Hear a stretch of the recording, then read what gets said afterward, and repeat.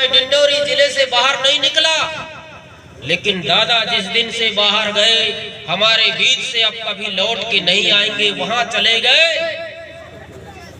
हमारे बीच से जाकर के आज वो पेन शक्ति में समाहित हो गए, बूढ़ा देव बन गए हैं। अब हमारी जिम्मेदारी बनती है कि दादा मरकाम को हम उनको याद करते हुए उनके आंदोलन को इस देश के अंदर स्थापित करना। इसलिए दादा मरकाम जो कहते थे, क्या आप लोग उसके लिए तैयार हो?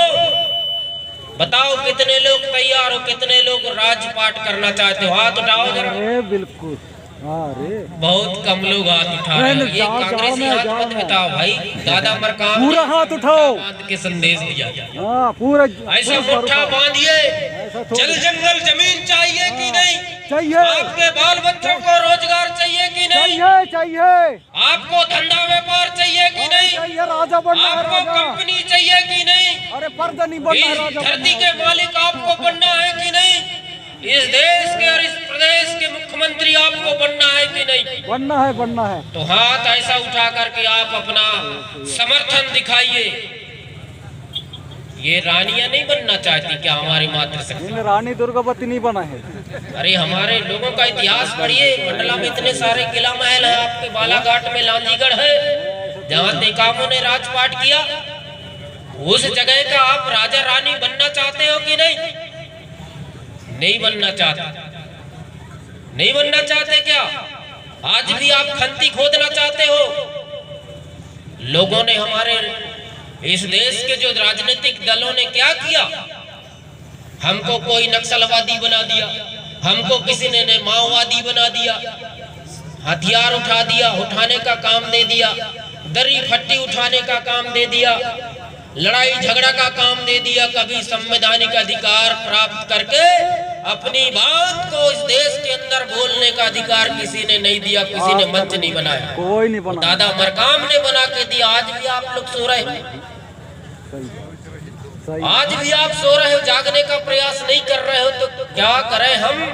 31 साल खत्म हो गया, 25 साल से मैं इस गोंडवाना आंदोलन में हूँ, लगातार दौड़ रहे, समाज को जगाने का काम कर रहे हैं। बाहर है मेरा समाज, आप कब जागोगे?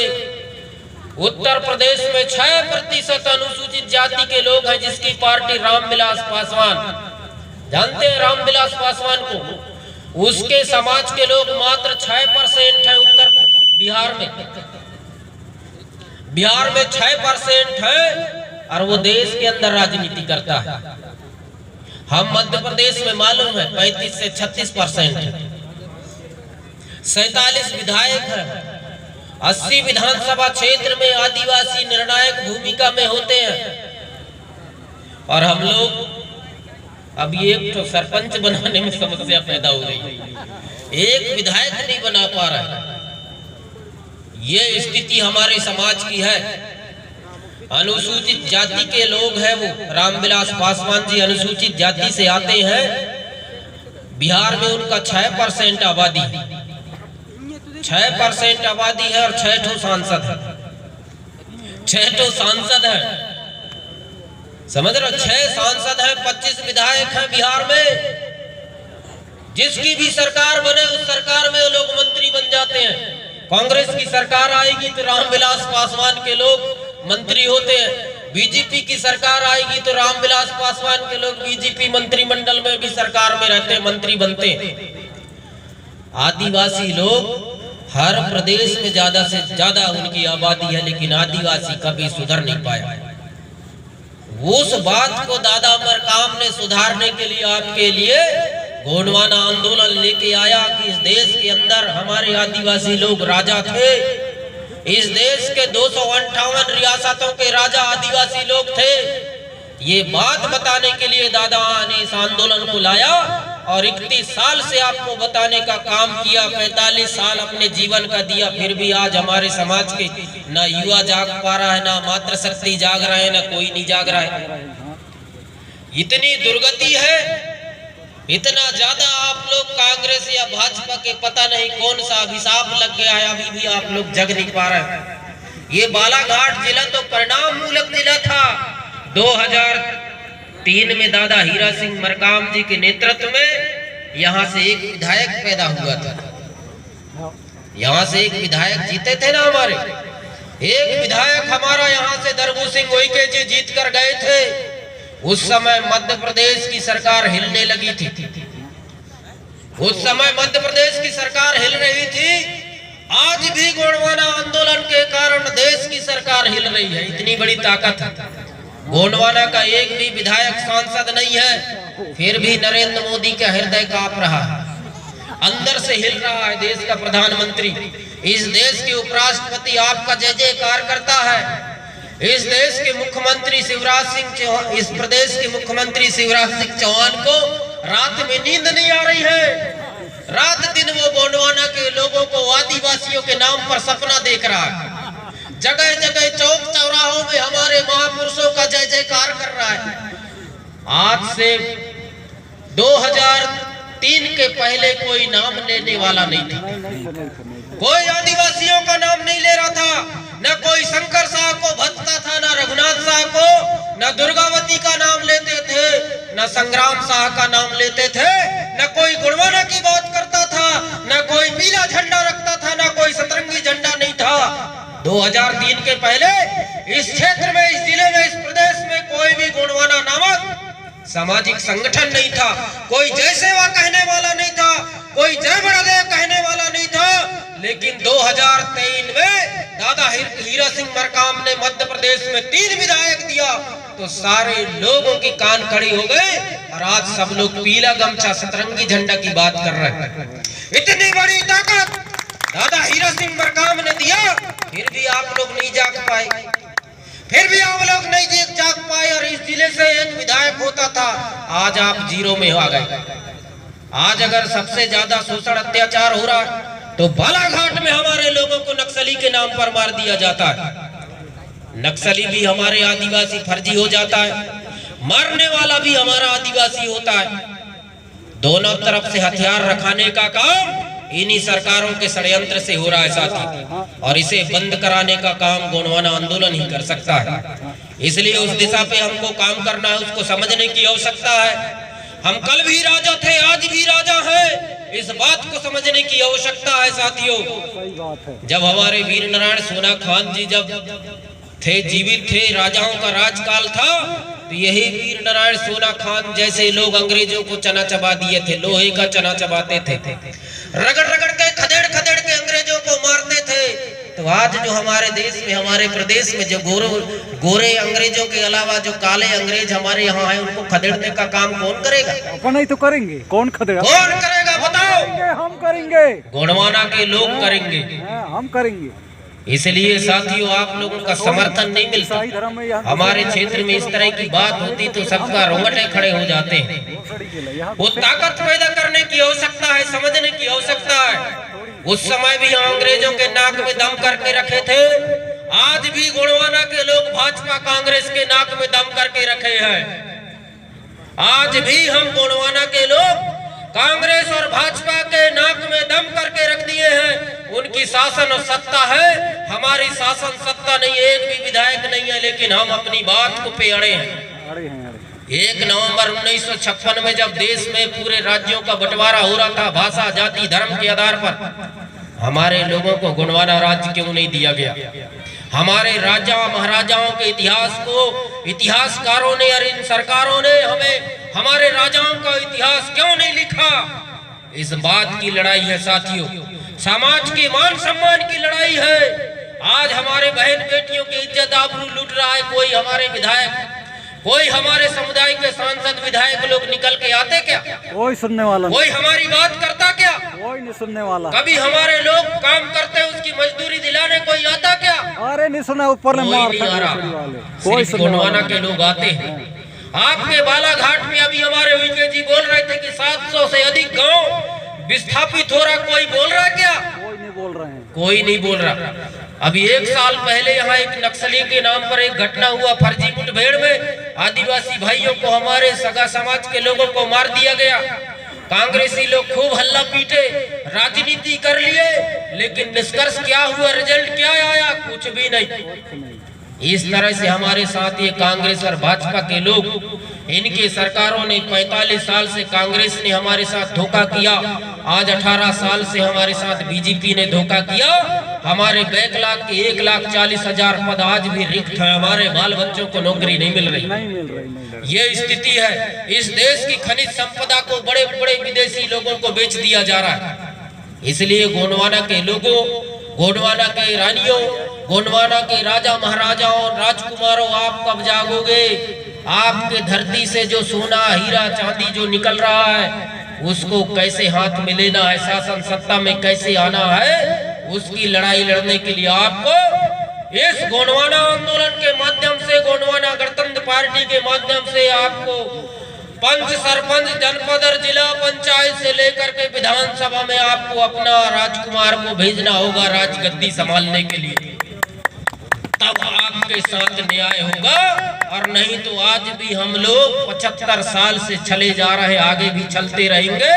क्योंकि कांग्रेस और भाजपा ने जल बेच दिया, जंगल बेच दिया, गगन बेच दिया, ये पवन बेच दिए, जल बेच दिए, ये अब हमको भी बेचने की तैयारी कर रहे हैं।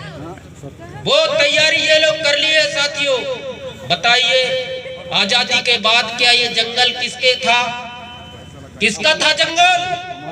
जंगल को राष्ट्रीयकृत किसने किया? यही कांग्रेस ने किया। यही कांग्रेस है जो हम आदिवासियों के धर्म और भाषा को भारत के संविधान के 8वीं अनुसूची में शामिल नहीं किया। आज भी हम लोग धर्म की लड़ाई लड़ रहे हैं।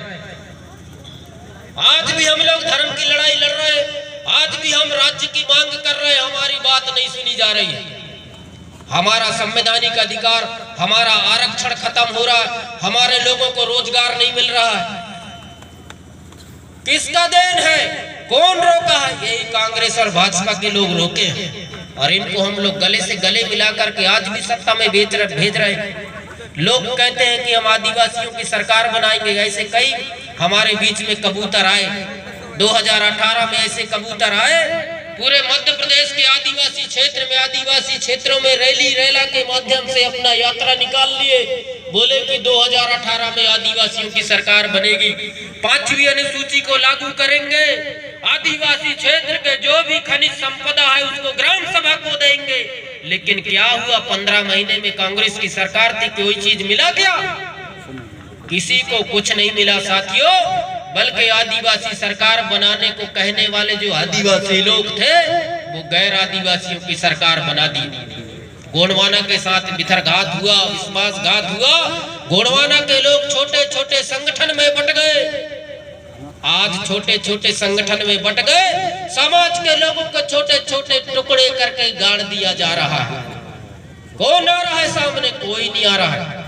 इसलिए अब समझने की आवश्यकता है कि हम लंबे समय से उनके छल कपट में, उनके षड्यंत्र और साजिश में फंसते आ रहे हैं। अब फंसने की आवश्यकता नहीं है। इसलिए मैंने कहा था, दादा मरकाम जी ने कहा था कि आप कितने लोग राजा करना चाहते हो, तो अपना समर्थन बताइए। इसीलिए पूछा था कि आप अपना हाथ ऊपर करके अपना समर्थन बताओ कि हम राज करना चाहते हैं कि अभी भी हम मजदूर रहना चाहते हैं। समर्थन नहीं मिला। इसलिए अब आपको सीखने और समझने की आवश्यकता है। क्योंकि ये सरकारें, भाजपा हो चाहे कांग्रेस हो, दोनों बाप बेटे की पार्टी है। समझ रहे हो आप? हाँ, समझ रहे हैं। दोनों बाप बेटे की पार्टी है। कांग्रेस हो चाहे भाजपा हो, एक भाई भाजपा में तो एक भाई कांग्रेस में। वो तो है ही है। आज भी कांग्रेसियों की सरकार 15 महीने में मध्य प्रदेश में धाराशाही हो जाता है। बीजेपी की सरकार बनती है, कांग्रेसियों का धंधा फल फूल रहा है। कांग्रेसियों का धंधा फल फूल रहा है, चाहे रेत का काम हो, तांबा का हो, डोलामाइट का हो, चाहे कोई भी का काम है, बराबर कांग्रेसियों का शेयर मिल रहा है, उनका व्यापार चल रहा है। हमारे लोगों के लिए क्या है? कुछ नहीं। हमारे लोगों को कोई रोजगार मिला? कुछ नहीं। गांव के गांव पलायन हो रहा है, बाहर जा रहा है। कोई गन्ना काटने गया तो कोई फैक्ट्री में काम कर रहा है। रायपुर में देखने को मिलेंगे, आपके नागपुर में मिलेंगे, उड़ीसा में मिलेंगे, बड़े बड़े महानगरों में हमारे लोग हैं। हमारे मातृशक्तियों को रोजगार नहीं मिल रही, उनकी इज्जत आबरू छीन रहे। ये स्थिति है। इसलिए हम चाहते हैं कि अब आप लोग सशक्त हो जाओ, संभल जाओ, तब गोंडवाना बचेगा, और नहीं तो आपको बचाने वाला कोई नहीं है। आपका सौदागर है इस देश में, सौदा करने वाले लोग हैं, और ये कांग्रेसी लोग तो खुद बिक रहे हैं। ये क्या बचाएंगे तुम? 2018 में मध्य प्रदेश की जनता ने कांग्रेस की सरकार बनाई, बहुत बढ़िया सरकार में कांग्रेसी लोग आए, लगा इनको कि हमारी सरकार चलेगी, आदिवासियों की ज्यादा बात कर दिए। आरएसएस ने ऐसा षड्यंत्र रचा, आरएसएस के साथ मिलकर के कांग्रेस के 28 विधायक बिक गए। मध्य प्रदेश में कांग्रेसियों में राजा बिक जाता है, राजा से महाराजा बिक जाता है। क्या गारंटी है कि आपके क्षेत्र का विधायक किस खेत का मूली है? जो जब ज्योतिरादित्य सिंधिया जैसे लोग बिक जा रहे हैं तो ये उनके जी क्या लगते हैं? बताओ, ऐसे बिकने वाले लोगों के ऊपर कब तक भरोसा करोगे? 500 करोड़ में सिंधिया बिक गया, कांग्रेस के विधायक 40-40 करोड़ में बिक गए, 28 विधायक, और अभी कुछ 2 महीना पहले 2 विधायक और बिक गए, माने 30 विधायक कांग्रेस के बिक करके भाजपा में चले गए। साथियों, ये लोग तुम्हें बचाएंगे क्या? नहीं बचा सकते, नहीं बचा सकते, ये कभी नहीं बचा सकते, मारने के तक। इसलिए ऐसे बिकने वाले पार्टी को वोट देना चाहिए क्या? अरे जूता का महला पहनाना चाहिए ऐसे लोगों को तो।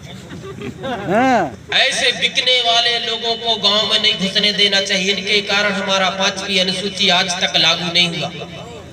अभी 5वीं अनुसूची पेशा कानून के जब हम लोगों ने बात किया, आवाज बुलंद किया, तो ये शिवराज मामा जो है केंद्र सरकार से बनाया हुआ पेशा कानून, इस पेशा कानून में संशोधन नियम दूसरा लाया है। और कल क्या होता था, 1996 का पेशा कानून कहता है कि ग्राम सभा में जब बैठक होगी तो ग्राम सभा का अध्यक्ष सरपंच नहीं होगा, ग्राम सभा का गणमान्य नागरिक होता था। आज इसने संशोधन करके क्या किया कि उसमें प्रशासन का नियंत्रण होगा और ग्राम सभा का अध्यक्ष सरपंच होगा, तो उनकी मनमर्जी चलेगी। ग्राम पंचायतों में भारी भ्रष्टाचार है, प्रशासन का नियंत्रण रहेगा तो आपका देश की इस धरती का खनिज संपदा, इस धरती में कोई भी उद्योग, फैक्ट्री, उद्यान, पार्क, बांध, डैम कुछ भी लगाएंगे, उसके लिए आपका 80% ग्राम सभा की जनसंख्या, उसकी आबादी की सहमति होनी चाहिए, तब वहां कोई चीज आप स्थापित कर सकते हैं। अगर 80% जनता अगर वहां का सहमत नहीं है तो वहां कोई भी चीज स्थापित नहीं हो सकती। ये 5वीं अनुसूची कहती है, पेशा कानून कहता है। अब बताइए, प्रशासन का नियंत्रण होगा, संशोधन नियम पर अभी शिवराज सिंह जो बनाया है उस पे उनका सरपंच होगा, उनका प्रशासनिक अधिकारी उस पे नियंत्रण रखेंगे। आपका 80% का जो अभिमत होगा वो धराशायी रह जाएगा। इस तरह से हमारे संवैधानिक अधिकारों को, कानूनों को ये लोग मिटाने के लिए लगे हुए हैं साथियों। इसलिए अब आपको समझने की आवश्यकता है, 5वीं अनुसूची को लागू यदि कोई कराएगा तो वो गोंडवाना के लोग कराएंगे। गोंडवाना की सरकार आएगी तब गोंडवाना का 5वीं अनुसूची संवैधानिक अधिकार आपको मिलेगा, जल जंगल जमीन आपको मिलेगी, इस देश की जो भी, इस धरती में जो भी खनिज संपदा है वो आपको मिलेगी, आपके बाल बच्चों को रोजी रोजगार मिलेगा। ये संकल्प लेकर के गोंडवाना आंदोलन के लोग निकले हैं। इस बात को हम लोग नहीं समझ पा रहे हैं और हम लोग चंद पैसे में, कोई 1 पौवा में, कोई 2 पौवा में, कोई 100 रुपया में, कोई 500 रुपया में, कोई मुर्गी में, कोई बकरा में, कोई सुंगरा में, कोई साड़ी में, कोई कंबल में बिक जा रहा है हमारा समाज। माने जानवरों की कीमत भी ज्यादा हो गया है, उससे भी कम कीमत में हमारे लोग बिकते हैं, जिसके कारण हमारे समाज का विकास नहीं हो रहा। हमारे नेता बिक रहे हैं तो फिर पब्लिक तो बिकेगी। इसलिए साथियों, स्वाभिमानी बनिए। गोंडवाना के लोग स्वाभिमानी थे, राजा महाराजा थे। उन राजा महाराजाओं के इतिहास को, उसके डीएनए को याद करो और गोंडवाना की सरकार बनाने के लिए तटस्थ हो जाइए, लड़ाई लड़िए, संघर्ष करिए। आने वाले समय में गोंडवाना की सरकार बननी चाहिए, इस बात के लिए ध्यान देना। शिवराज सिंह अभी मंडला में आए थे, मंडला में उन्होंने कहा कि आदिवासियों को हंडिया की दारू बनाने का व्यापार देता हूँ, काम देता हूँ। अरे कल शिवराज सिंह हमारे तो जीने मरने तक के में दारू, सामाजिक भोज में भी दारू परोसने का काम करेगा। यानी ये समाज दारू पिएगा, नशा करेगा, गांजा पिएगा, घोटा पिएगा और ये समाज लस्त पड़ा रहेगा। ये समाज को उठने की आवश्यकता नहीं है, ताकि इनके जल जंगल जमीन को, इनके संवैधानिक अधिकारों को मैं नष्ट कर दूं, इनके सारा चीज छीन लूं। ये षड्यंत्र उसने जारी किया। दादा हीरा सिंह मरकाम ने आंदोलन चलाया। गोंडवाना आंदोलन के कारण पूरे देश के बहुत सारे गांवों में हमारे लोग कोई भी सामाजिक कार्यक्रम करते थे तो एक एक टीन दारू लेके जाते थे सामाजिक कार्यक्रमों में। हम अपनी आंख से देखे, समाज में बैठ के दोना पत्ती का बनाते थे चौथका, और उससे हमारे लोग, सार्वजनिक लोग से दारू पीते थे। आज गोंडवाना आंदोलन के कारण दारू बंद हुआ। गांव में बहुत सारा परिवर्तन हुआ है। ये अमूल चमूल पर जो परिवर्तन गांव में हुआ, गांव के लोग, हमारे गोंडवाना के लोग, गोंडवाना क्षेत्र के लोग, चाहे वो एसटी हो, एससी हो, ओबीसी हो, अपने हक अधिकार का बात करने लगा, संगठित होने लगा। तो आरएसएस के माध्यम से रिपोर्टिंग सरकार को जाने लगी, और वही सरकार पुनः वही जहां से हम निकल के बाहर आए थे उसी जगह पर पुनः हमें पहुंचाने का काम शिवराज सिंह ने चालू किया है साथी। इसलिए इन शिवराज सिंह जैसे चोर पार्टियों से सावधान रहना। कांग्रेस पार्टी को चुरा लिया तो आप क्या चीज हो यार। दिग्विजय सिंह को खरीद लिया, शिवराज सिंह, ज्योतिरादित्य सिंधिया को ले डाला, उसको खरीद लिया, रोड में आ गए सारे कांग्रेसी लोग, रोड में आ गए। अब भैया बताओ, तुम्हारा बैहर का विधायक क्या, कौन सा खेत का मूली है कि हमारे डिंडोरी में 2 विधायक कांग्रेसी है, वो किस खेत की मूली है जो 500 करोड़ में राजा महाराजा लोग कांग्रेस के बिक जा रहे हैं। तो बिछिया का विधायक किस खेत का मूली है बताइए। ये सब बिकने वाले लोग हैं, और इन लोगों के पास में आरएसएस का विजन है। आरएसएस का विजन है, बीजेपी का विजन है कि ये 40 साल आगे तक का इन लोगों ने स्ट्रक्चर बना के रख लिया है, योजना बना लिया है कि 40 साल तक हम लोग मध्य प्रदेश के, पूरे देश के अंदर भारतीय जनता पार्टी का राजपाट रहेगा। वो तैयारी कर ली। और शुरुआत अभी 2018 के चुनाव के बाद 2019 में जैसे ही कांग्रेस के लोगों को खरीद के उनकी सरकार गिरा दिया, तो ये संदेश दिया है कि आने वाले समय में भी कांग्रेस के लोग यदि सत्ता में आते हैं तो हम उनको खरीद लेंगे, उनको खरीद लेंगे। कांग्रेस की सरकार नहीं बनेगी, भाजपा की सरकार बनती है तो हमारा अभी कर्मचारी भाइयों का आरक्षण में पदोन्नति अधिनियम 2012 जो लागू हुआ था उसको निरस्त कर दिया। अभी हमारे लोगों को पदोन्नति नहीं मिल रही, विभागों में भर्तियां नहीं हो रही, आरक्षण खत्म हो रहा, निजीकरण के ओर ले जा रहे हैं। तमाम जितने भी सरकारी संस्थान है जिसमें नौकरी चाकरी लोगों को मिलता रहा, चाहे वह एसटी हो, एससी हो, ओबीसी के लोग हो, चाहे धार्मिक अल्पसंख्यक के लोग हो, चाहे जनरल सामान्य वर्ग के गरीब तबके के लोग हो, किसी को नौकरी नहीं मिल रही, कहीं भर्तियां नहीं हो रहे साथियों। ये सिस्टम इनने ला दिया है ताकि मैं इन लोगों को नौकरी पेशा दूंगा नहीं, गरीब बना के रखूंगा तो ये कभी ललकार नहीं पाएंगे, खड़े नहीं हो पाएंगे। ये उनका षड्यंत्र है। इसलिए ये सारी बातों को दादा हीरा सिंह मरकाम जानते थे। इसलिए देश का वो पहला एक आदमी है जो आदिवासियों के लिए गोंडवाना गणतंत्र पार्टी बनाया, ओबीसी भाइयों के लिए गोंडवाना गणतंत्र पार्टी बनाया, अनुसूचित जाति के भाइयों के लिए गोंडवाना गणतंत्र पार्टी बनाया, मुस्लिम भाइयों के लिए गोंडवाना गणतंत्र पार्टी बनाया। जो सामान्य वर्ग के गरीब लोग हैं जिनको न्याय नहीं मिला उनके लिए भी दादा हीरा सिंह मरकाम ने गोंडवाना गणतंत्र पार्टी बनाया। इस पार्टी को चलाने और बढ़ाने का काम, इस पार्टी के माध्यम से सत्ता और शासन में जाने का काम अब हम इन्हीं तमाम वर्गों के लोगों के साथ मिलकर के मध्य प्रदेश में जाना चाहते हैं। सरकार बनाना चाहिए कि नहीं बनाना चाहिए बताइए। बनाना चाहिए। हाथ उठा के भी तो बताओ भाई कि बनाना है कि कांग्रेस का बनाना है कि बीजेपी का बनाना है। मात्र शक्ति आपको गाना मिलेगा, संगीत मिलेगी, लेकिन एक बात समर्थन तो दे दो, ये हमारे समाज के लोग हैं, आपका दर्शन, आपका तस्वीर क्या कहता है वो हम लोग आकलन करते हैं। यही यदि दूसरे लोगों का सभा सम्मेलन होता तो आप चटाई में नहीं बैठे होते। आप जो ये कम कीमत के सस्ते कपड़े पहनकर जो बैठे हो वो आपका ऐसा चेहरा नहीं होता। आप लोग अच्छा जगह पे बैठे होते, यही टेंट पंडाल हमारा एसी वाला होता, आपको ठंड नहीं लगती। इस बात को समझिए। घास फूस का घर नहीं होता। आप लोग कैसे स्थिति में बैठे हो ये हमको देखने को मिलता है। आज दूसरे लोगों का सभा सम्मेलन हम देखते हैं, वहां पर वो समुदाय के लोग जब उनका सभा सम्मेलन होता है, ठंड में हो चाहे दिन में हो, ऐसा वातानुकूलित वहां का व्यवस्था निर्मित कर दी जाती है, क्योंकि उनके पास पैसा होता है, हमारे पास पैसा नहीं है। इसलिए शासन सत्ता में जाने की आवश्यकता है। शासन सत्ता में जाओगे उस दिन आपके पास, आपके जेब में, आपके बटुआ में, आपके पैकेट में पैसा होगा, और जिस दिन आपके पास अर्थ होगा उस दिन आपका जीवन स्वर्ग हो जाएगा। दादा मरकाम जी कहते थे, गरीबी ही नर्क है, अमीरी ही स्वर्ग है। कोई नर्क स्वर्ग नहीं है। जो अमीरी में जिंदगी जीता है वो स्वर्ग की जिंदगी जीता है, और जो गरीबी में जीता है वही नर्क की जिंदगी होती है। साथियों, इस बात को आकलन करिए।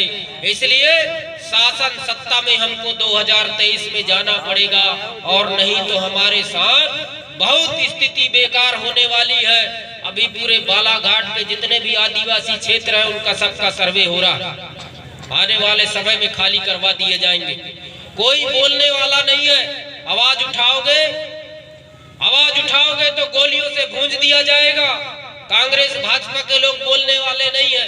ये विधायक लोग तो विधायक बनते ही पेट्रोल पंप खोल रहे हैं। पूरे इधर जितने विधायक लोग बने सब लोग, कोई पेट्रोल पंप खोल लिया तो कोई अपना थ्रेशर मशीन डाल लिया, कोई खदान ले लिया, कोई बड़े बड़े क्या बोलते हैं वेयर हाउस बना रहा है, तो कोई पैसा शेयर में लगा रहा है। इस तरह के काम हमारे विधायक सांसद लोग कर रहे हैं। हमारे लोगों को रोजगार देने का काम नहीं किया जा रहा है। साथियों, हमारे समाज को बचाने का काम नहीं किया जा रहा है। इसलिए गोंडवाना आंदोलन के माध्यम से हम लोग खुद सक्षम होंगे। हमारी संख्या, हमारी ताकत है, हमारे पास राजनीतिक दल है। हम भी सत्ता में जाना चाहते हैं, हम भी सत्ता को लेना चाहते हैं, सत्ता में बैठ करके हमारे लोगों का विकास करना चाहते हैं। उसकी तैयारी हमको करनी है साथियों। इसलिए दादा मरकाम जी के बताए हुए बातों को, उनके संदेशों को आपको लेके चलना होगा, तभी ये समाज बचेगा। और हमारे बीच में इस आयोजन में जैसे शंकर वलके जी, सत्या वलके जी हैं, यहाँ पर ये हमारे जिलाध्यक्ष युवा मोर्चा के वीके जी है, संजय मरकाम जी